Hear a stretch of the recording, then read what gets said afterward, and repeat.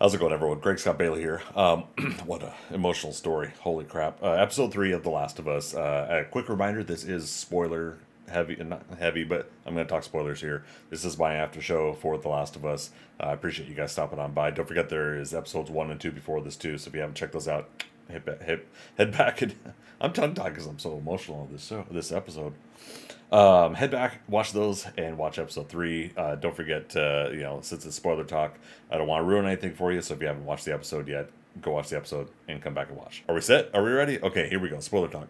Um, Before we get into the really emotional, gut wrenching part of it, we're gonna reel back to the other emotional, gut wrenching part of it, where Joel has to deal with the loss of Tess, and Ellie has to deal with the uncomfortableness of what the F do I do? Because Joel is obviously emotionally hurting and upset and angry. Just lost his romantic partner.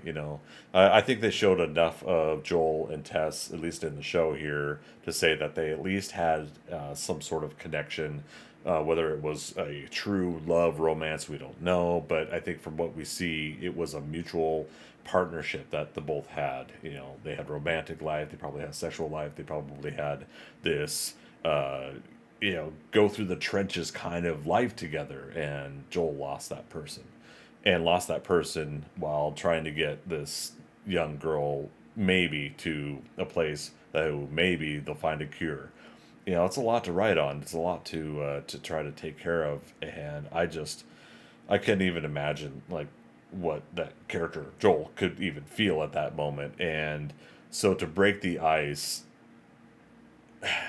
Bella Bella Ramsey is just like doing an amazing job of having this personality of this young kid kind of character that somehow some way is able to like say, look, I'm gonna break the ice here, and I'm gonna say, look, don't blame me, made the decision to do these things or whatever. She cuts right to the chase, and she cuts right through the bullshit. And what's great about that is it's just the right thing that Joel needs, because he he knows that, okay, we could just basically cut this right here. But then he asks in return, don't bring up Tess. I'm like, for me, I'd be like, Tess who? you know. So I love this moment, because it is, how do you deal with the aftermath of something emotional like that, uh, when you're trying to travel with someone that you barely even know. But Joel and Ellie barely know each other. They've, what's it been, 1 day, 1.5 days, So the fact that they actually had to go through this is just incredible, and they set you up to where you're kind of like, okay, all is not completely forgiven, but they found like a mutual understanding, and that was cool. So before they get to wherever they're going, I like the this kind of travel moment starting here, where they're going to start cutting across the countryside or whatever. What they say it was 10 miles outside Boston, and they're hitting into the woods. Now I've never been to Massachusetts myself, so I don't know how much is city, how much is woods, everything like that. Whenever I think of Boston, I honestly I think of cobblestone and old, um, old town. United States, colonial, not United States. One of these days I'll get to Boston, but when that before that happens, I'll continue to assume it's all cobblestone and old buildings. But they traveled out to the countryside, and there's this nice little story that I like that they touched on real quick, which was, again, the nature of things at the time of infection.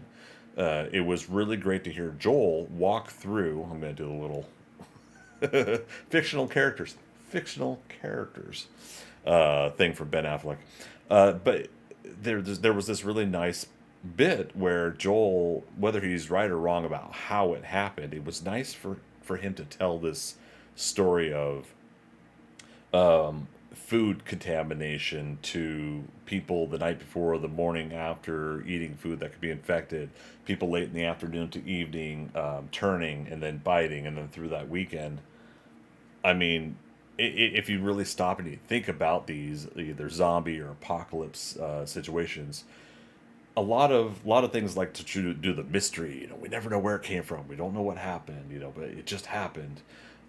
sometimes you do like to have at least some answers, even if it isn't the right answer or not. I like Joel's story about basically a 3 to 4 days worth of this infection and spread and everything like that. And what was nice was, again, Bella Ramsey as Ellie is just sitting there like listening, and you could feel her listening to this and absorbing like the reality of that nature. She may have this like quick and quip and kind of I don't know how to explain it. She's a little not contrarian, but she goes against the grain a lot, and it's nice when you get those moments where, and I think Joel's going to realize it throughout the story, that if you just tell it to her like it is, she could take it, she could absorb it, and it becomes more fascinating to her, and that is fuel for the good side of that character versus if you just lie or if you keep trying to treat her like a kid, she's going to keep fighting against you. So it's great to hear his story both as a viewer and to see, you know, Ellie absorb it, take it in, and realize, oh God, in stride, that's how things are. And looking at the skulls and bones of people on the side of the road, and realizing that was military personnel just killing people. The one line, they probably weren't even infected, and just like boom, oh my God, that a choice is made like that. And I like it because it does show story wise the nature of humanity could be really bad, but then the nature of humanity could be really good. And that's where we proceed on to the story of Bill and Frank. Um, am I even prepared to comment on it? Bill and Frank. I was not prepared for a love story. I was not prepared to have my heartstrings pulled every single which way but loose.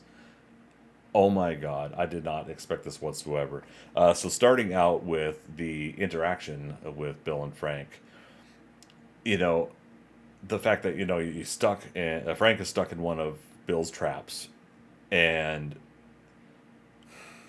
the, the zombie apocalypse or apocalypse stories in general for me have put me on enough of an edge as a viewer, let alone being stuck in that situation in real life, has put me into a situation where I don't trust this person that fell into this trap. At any point, I'm waiting for him to pull a gun out. I'm waiting for his friends to come out of the woods. I'm worried about Nick Offerman's character, Bill. I'm waiting for him to get the short end of the stick. And the thing is I think that's beautifully done in that moment because that is, I think, what Bill is waiting for. He's waiting for something to go wrong here. If he shows any kind of leeway, any kind of compassion, any kind of help, it is going to get him killed. Yet something tells him, go ahead and feed this man. Feed this man, go ahead and send him on his way, you know? So there's this really nice sense of humanity in him because what do we see? The army takes out the army military whatever whatever special forces takes all the people out of that town. Was it Lincoln?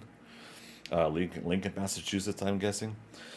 They take all the people out of the town, and he's in his bunker. He's watching everybody leave, and he's like, "Haha, f you, people! I got the town to myself now." And I think in the case of this kind of survivalist, this is a dream for this person. Goes to all these places, gets to all this hardware, all this fuel, everything. I mean, I can't even imagine like I tell people I play the game 7 Days to Die, and I'm in a zombie apocalypse in that game, and we're going through towns and looting towns, getting supplies and everything like that. And it is just, I am immersed in this moment where Bill is just going through the whole town and getting all these things. He's putting up the fence, he's putting up his defenses, and all these different things. And the guy in his kind of particular character situation is almost in heaven because he's like, I've got everything I need. He's got renewable resources to take care of himself. He's set. He's good. And then Frank comes into his life. That son of a bitch.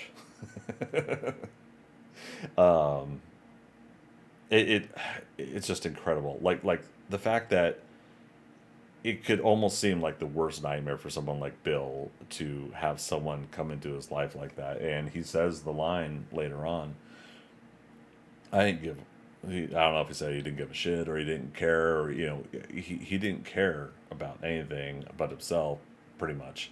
He wasn't afraid of the world until Frank came into his life. And it's such a wonderful moment there where you start to realize, that is one of those things about love, that you are able to tear down those walls and let somebody into your life, and you're risking it, for everything that you've done to prep and oh my God, it's just incredible. I find this love story just a wonderful addition to this story, because what it does for me is it shows me, these two other human beings who have survived through, I think it was 17 years of the apocalypse, because it wasn't 3 years, 4 years after the start, that I think Frank fell into that trap. So they got to live 16, 17 years of life together. And of all the other stories of zombie apocalypse and apocalypse movies, and I keep doing that whole, I just want to like contrast, there's zombie apocalypse and there's general apocalypse stories. Out of all these stories that you watch, there's always this dire situation, dire situation, dire situation. At some point, I just want to see people live and make it. And while maybe some people would say 16, 17 years isn't much, I think honestly for these two human beings, the fact that they were able to have that time together is beautiful. The things that they were able to do together, the time that they they they put into one another and into their living surroundings, everything, it's just incredible. Again, every time I think about it, I'm getting choked up, and I'm thinking about like just that's a story I really wanted to see. Now, some people might say like why are we focusing on characters other than Joel and Ellie? And I think honestly, this is one of those examples of Joel and Ellie are not the last of us. I think these characters we see are the last of us. We see Joel and Ellie's situation. We're going to see Bill and Frank. We're probably going to see other characters down the road. The Last of Us, I think, is the last of humanity that continues to try to be human, to try to be alive, to live for self and one another. And that was a beautiful example that we got to see in Bill and Frank. I was very happy that they did this story. I did not expect them to divert like this. Now, one of the things that you worry about is, okay, if you segue away from the main characters, is that, you know, is that going to be, is it going to take away from the focus of the story? I don't think they took away from the focus of the story in this. I think this was a very important thing for us to see. We get to see other people in humanity who lived for one another and tried and made things work. And we got to see Joel and Tess visit, and you got to see that like trust barrier being formed, right? Frank wants to go ahead and just trust Tess right away, and then Joel and Bill are just gonna stare at each other across the table, until Joel calls Bill out, put the damn gun away. So it was just really nice to see that, and so we got that understanding that for the like the following years after, there was still this nice little interaction between Bill and Frank and Joel and Tess, where they kind of tried to help one another over the years. And it was really kind of nice because then you got to see those distinct personalities. So I think it kind of hits us in the double feels. It hits us two different sides now that we lose Tess in episode 2, and then we see both Bill and Frank die in episode 3 after following their love story. But what I love about it the most is that it gives Joel, I think, a perspective of we have to try. We do have to try. He's reluctant still. You can see that he's still reluctant. He probably doesn't want to follow that gut, but that gut instinct is now telling him we have to try. But I do like that he then tries to set rules, again for Ellie. Do what I say when I say it. Don't bring up Tess. Don't. It was just really wonderful to see that. Now, what I was also really happy about is that they didn't just end it with the the couple dying. They ended it with what does Joel and Ellie get when they go ahead and get the truck and weapons and supplies. The fact that they were able to get stuff like that, what I'm really liking about that is the fact that that is a very video game esque story plot line. You go to that next thing and you get those next set of supplies to build you up for that next chapter of things that's to come. And through that journey to get to this waypoint, if you will, you find a story to follow. You find a situation that you get enveloped in, and we very much get enveloped in Frank and Bill's story. And again, it's just emotionally touching the heartstrings. Um, Episodes 1 elevates to episode 2 to elevates to episode 3, and we got 6 more episodes after this. It's gonna be a quick season at this point. I mean, I'm gonna want more. I'm really hoping at this point that the show itself is not going to do all of the first game in the first season. I'm hoping that they're kind of like seasons 1, season 2 kind of scenario where they're doing the story.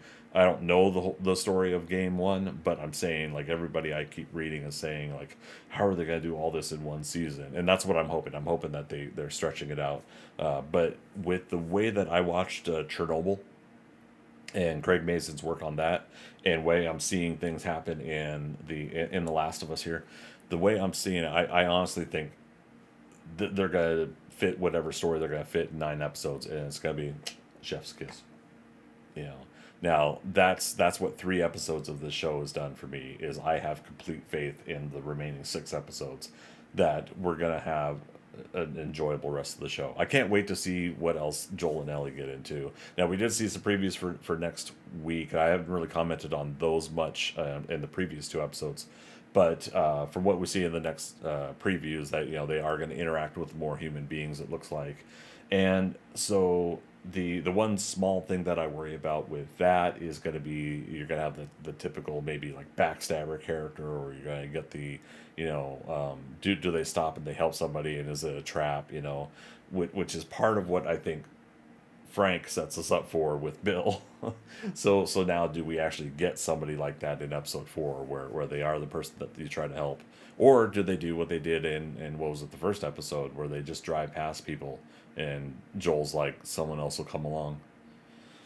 Maybe they'll do that again. I don't know, but that's like one of my small little tiny worry about episode 4, about next week's episode. But otherwise, I'm pretty damn happy with how this is going. So I'm gonna wrap it up here. I think we run 20 minutes on this review. There was just so much more I think I could have probably commented on, but in truth, the best I could do now is express that I am just looking forward to more.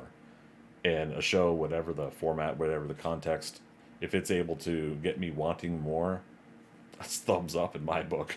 So I can't wait till next week's episode. So thanks again, everybody, for stopping on by. My tongue-tied, emotional, gut-wrenching, okay, it wasn't that bad, review of episode 3 of The Last of Us. Don't forget to comment down below. Let me know your thoughts about the episode as well. Watch the spoilers on the chat if you need to. Push them down a couple sentences just to help people out if they accidentally kind of see that in the first 2 messages that pop up. You're going to be doing a solid for people that don't want to quite see any spoilers in the comments either. But thanks everybody for stopping on by. If you're new to my channel, and this is the first time you've watched one of my videos, like I said, go back to episodes 1 and 2. Watch those. But do me a favor and hit subscribe. Like every YouTuber, content creator, it would really help out my channel and really help out support what I'm building here. So hit subscribe, click that bell notification so you get notified every time I do upload new videos. Click thumbs up if you like what's going on here. Click thumbs down if you actually don't like what's going on. I want to know. So thumbs up, thumbs down. Let me know your thoughts. Thanks again, everybody, for stopping on by. As always, we'll see you on the next adventure. All right. Bye-bye.